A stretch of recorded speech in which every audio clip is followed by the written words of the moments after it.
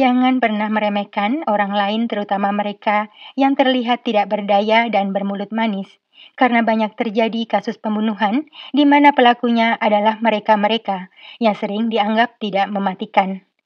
Salah satunya adalah Nenek Dorothea Puente, seorang pemilik rumah penampungan lansia di kota Sacramento, California, yang terlihat dari luar kalem dan baik hati. Tetapi ternyata di balik perilakunya yang santun itu, Dorothea adalah pelaku pembunuhan berseri yang telah menghabisi 9 penghuni rumah singgah miliknya demi mendapatkan uang mereka. Yang paling bikin merinding, hampir semuanya dikubur di pekarangan rumah, tepat di bawah sayuran yang ditanamnya. Berikut kisahnya.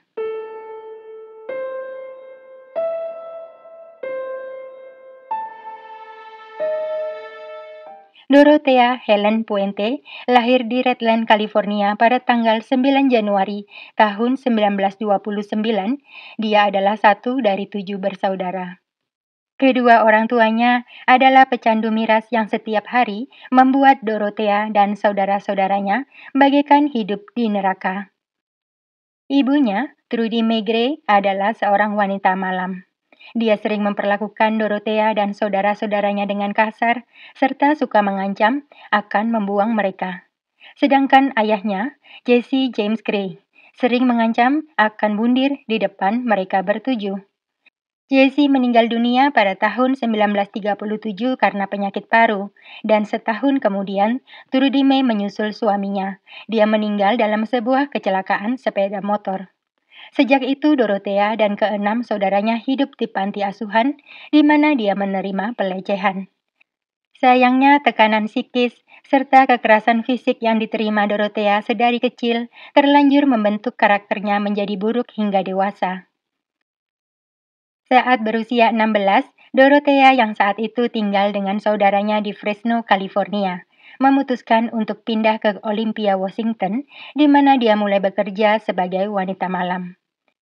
Pada tahun 1945, Dorothea menikahi suami pertamanya sekaligus salah satu pelanggannya, Fred McFall, seorang prajurit berusia 22 tahun yang baru saja kembali dari medan perang.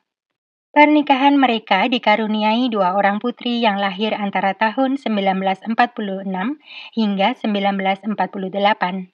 Dorothea mengirim salah satunya ke saudaranya di Sacramento dan yang lain diserahkan untuk diadopsi orang lain. Dorothea sempat kehilangan kandungannya 1 kali, dan pada tahun 1948, Fred akhirnya meninggalkan Dorothea. Setelah pernikahan pertamanya kandas, Dorothea mulai melakukan aksi kejahatan kecil-kecilan. Pada musim semi tahun 48, Dorothea mengaku bersalah atas 2 tuduhan pemalsuan cek dan menjalani 4 bulan penjara, kemudian dilanjutkan 3 tahun masa percobaan. 6 bulan setelah dibebaskan, Dorothea kabur dari Riverside, California. Pada tahun 52, Dorothea menikah dengan suami keduanya, Axel Brand Johansen, seorang pedagang yang sering bepergian. Pada tahun 60, Dorothea dibuai selama 90 hari karena ketahuan mengoperasikan rumah bordil. Setahun kemudian, Axel memasukkan istrinya ke RSC setelah pesta miras dan berupaya bundir. Dokter mendiagnosa Dorothea sebagai tukang bohong dengan kepribadian yang tidak stabil.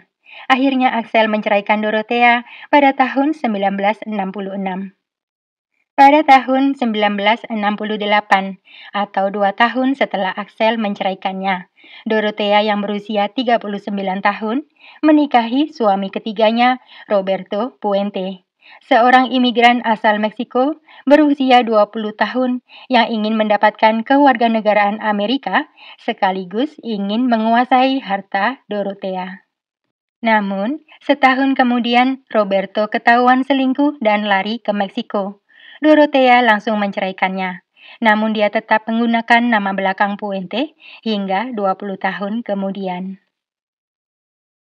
Setelah bercerai untuk ketiga kalinya, Dorothea punya ide mencuri uang jaminan sosial dari pemerintah dengan kedok rumah penampungan lansia yang dibukanya di Sacramento. Dorothea sengaja menerima orang-orang terpinggirkan dalam masyarakat, seperti pecandu miras, tunawisma, dan orang sakit jiwa, yang kemudian didaftarkannya sebagai penerima bantuan kesejahteraan dari pemerintah. Agar mendapatkan kepercayaan dari pekerja sosial, Dorothea sengaja merubah penampilannya jadi seperti wanita tua yang terhormat dan santun, dengan berpakaian kuno, memakai kacamata jadul berbingkai besar, dan membiarkan rambutnya beruban. Dia aktif mempromosikan image barunya dalam komunitas Hispanik di Sacramento yang dipandang sebelah mata oleh masyarakat. Hingga Dorothea bertemu dengan suami keempatnya, Pedro Angel Montalvo, meskipun pria Hispanik itu tiba-tiba meninggalkannya seminggu setelah mereka menikah. Pada tahun 78, aksi penipuan cek bantuan pemerintah terbongkar, dan Dorothea dihukum dengan dakwaan mencairkan 34 cek bantuan milik orang-orang yang tinggal di penampungannya. Dorothea dijatuhi hukuman percobaan selama 5 tahun dan diperintahkan untuk membayar $4.000 sebagai ganti rugi. Selain itu, Dorothea dilarang membuka rumah penampungan lansia lagi dan dilarang mencairkan cek atas nama orang lain. Tetapi Dorothea tidak peduli dan terus menjalankan rumah penampungan lansianya.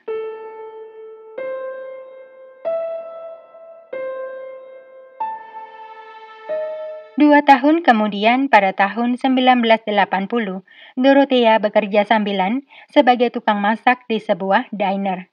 Kebetulan, salah satu pelanggannya memperkenalkan Dorothea kepada kekasihnya yang bernama Ruth Monroe. Dorothea dan Ruth berteman hingga mereka sepakat membuka usaha catering. Tetapi, Dorothea sering minta tambahan modal dari Ruth dengan alasan bisnis mereka merugi. Ruth yang baik hati percaya saja dan selalu memenuhi permintaan Dorothea. Pada bulan April tahun 1982, Ruth yang berusia 53 tahun pindah ke rumah Dorothea setelah kekasihnya meninggal dunia dan dia tinggal di lantai atas. Tetapi mendadak Ruth sakit keras hingga tidak bisa berdiri dan 2 minggu kemudian Ruth meninggal dunia. Berdasarkan hasil pemeriksaan polisi, kematian Ruth disebabkan karena kebanyakan minum campuran 2 jenis obat. Kematian Ruth Monroe akhirnya ditetapkan sebagai bundir. Dorothea mengaku kepada polisi, Ruth saat itu sedang depresi berat karena kematian kekasihnya. Tetapi keluarga Ruth yakin Dorothea telah mencampur obat dengan miras, sehingga Ruth yang alergi miras meninggal dunia. Apalagi, Ruth kehilangan ribuan dolar uangnya dan mereka menduga Dorothea lah pencurinya. Namun seperti biasa, Dorothea berhasil melepaskan diri dari tuduhan.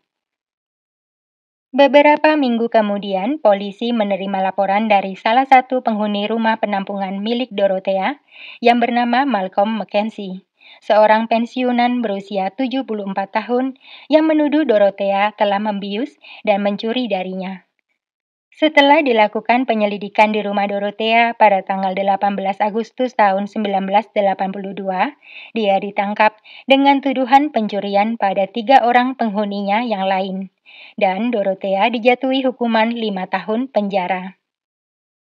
Saat menjalani hukumannya di dalam penjara, Dorothea mulai bersahabat pena dengan Everson Gilmot, seorang pria berumur 77 tahun asal Oregon. Keduanya sering bertukar surat hingga Everson terjebak cinta palsu Dorothea. Ketika Dorothea dibebaskan pada tahun 1985, setelah menjalani 3 tahun saja dari hukuman 5 tahunnya, Everson datang menjemput dengan mobil pickup warna merah miliknya. Dorothea dan Everson bertunangan tak lama setelah itu. Beberapa bulan berlalu, tiba-tiba pada bulan November tahun 1985, Dorothea meminta seorang tukang kayu bernama Ismael Flores untuk membuatkannya sebuah peti kayu berukuran mirip peti mati, yang katanya akan dipakai untuk menyimpan barang-barang milik Dorothea.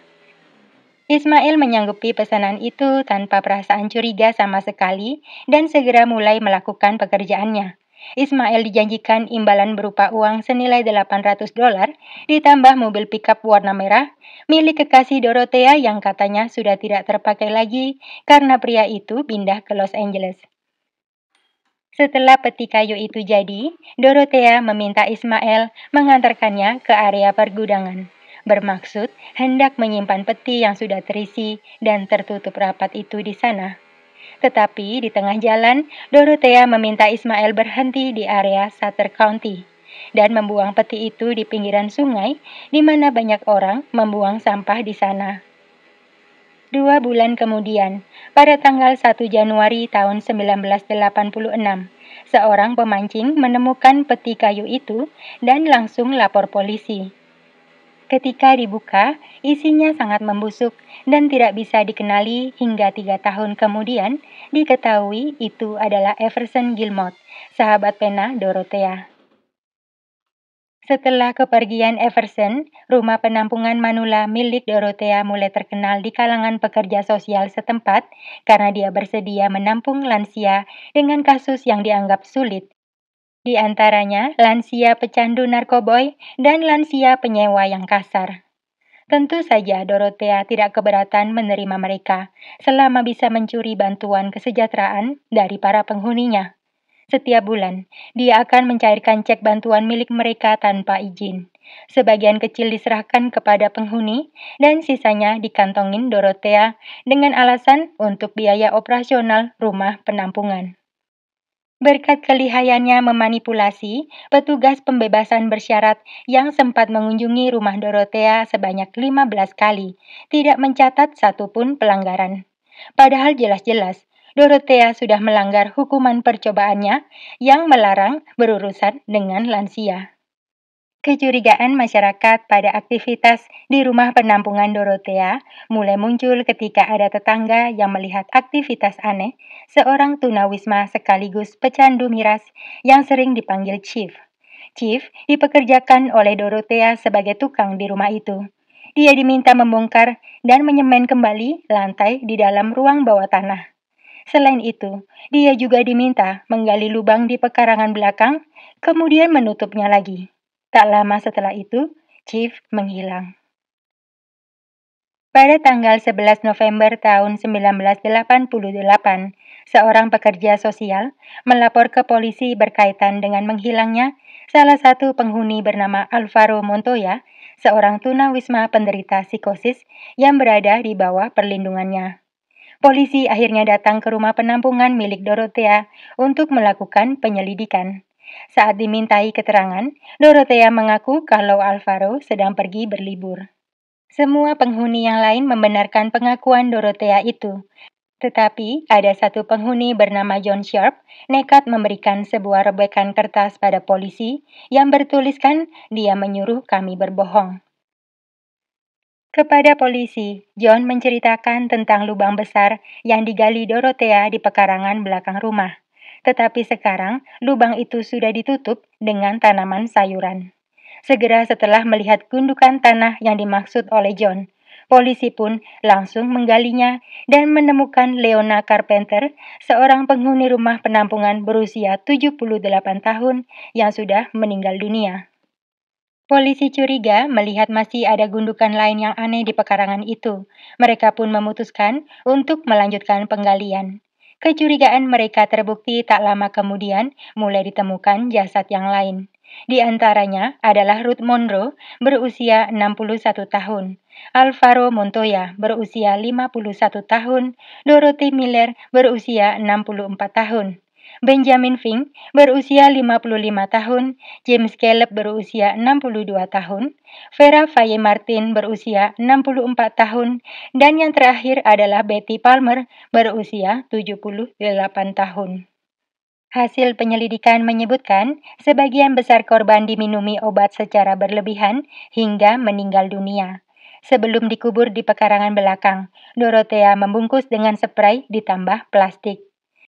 Sayangnya, di saat semua orang sibuk menggali, Dorothea yang cerdik minta izin ke salah satu polisi yang ada di sana untuk keluar sebentar membeli kopi.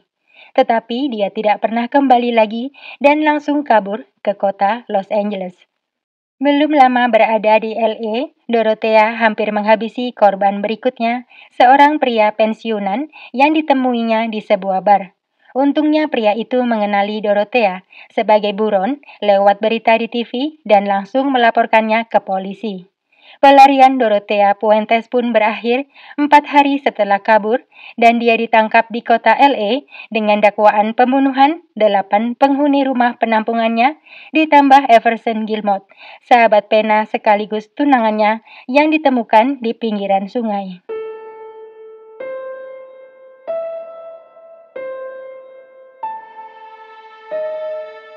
Persidangan atas kasus pembunuh berseri Dorothea Puentes dimulai pada bulan Oktober tahun 1992 di Sacramento dan berakhir setahun kemudian.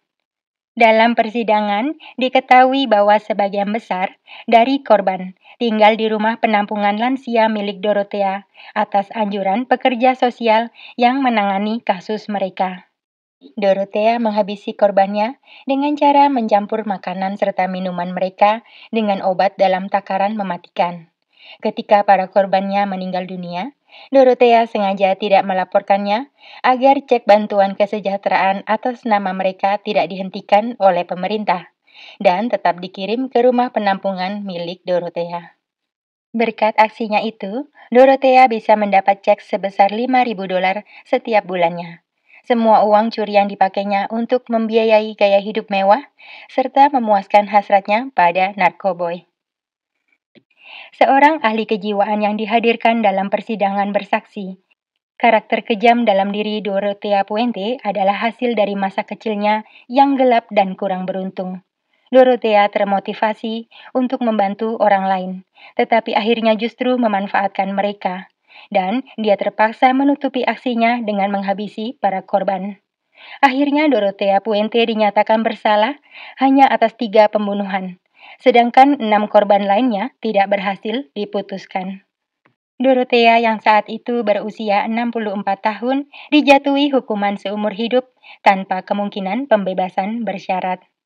Sekitar 20 tahun kemudian, tepatnya pada tanggal 27 Maret tahun 2011, Dorothea meninggal dunia dalam penjara karena sebab alami pada usia 82 tahun. Hingga akhir hayatnya, Dorothea Puente tetap merasa tidak bersalah. Dari kasus ini kita belajar untuk selalu menggunakan mata hati saat menilai karakter seseorang. Dan jangan cepat percaya pada apa yang dilihat oleh mata kita yang hanya melihat penampilan luar. Pertimbangkan 2 kali sebelum mengambil keputusan, apalagi menyangkut kehidupan orang lain. Jangan seperti para pekerja sosial yang salah menilai Dorothea hanya karena penampilannya yang terlihat kalem dan santun, hingga mereka menjerumuskan para korban ke rumah penampungan Dorothea dan mereka pun kehilangan nyawanya. Itulah akhir kasus kali ini. Sampai bertemu dalam kasus berikutnya, dan terima kasih.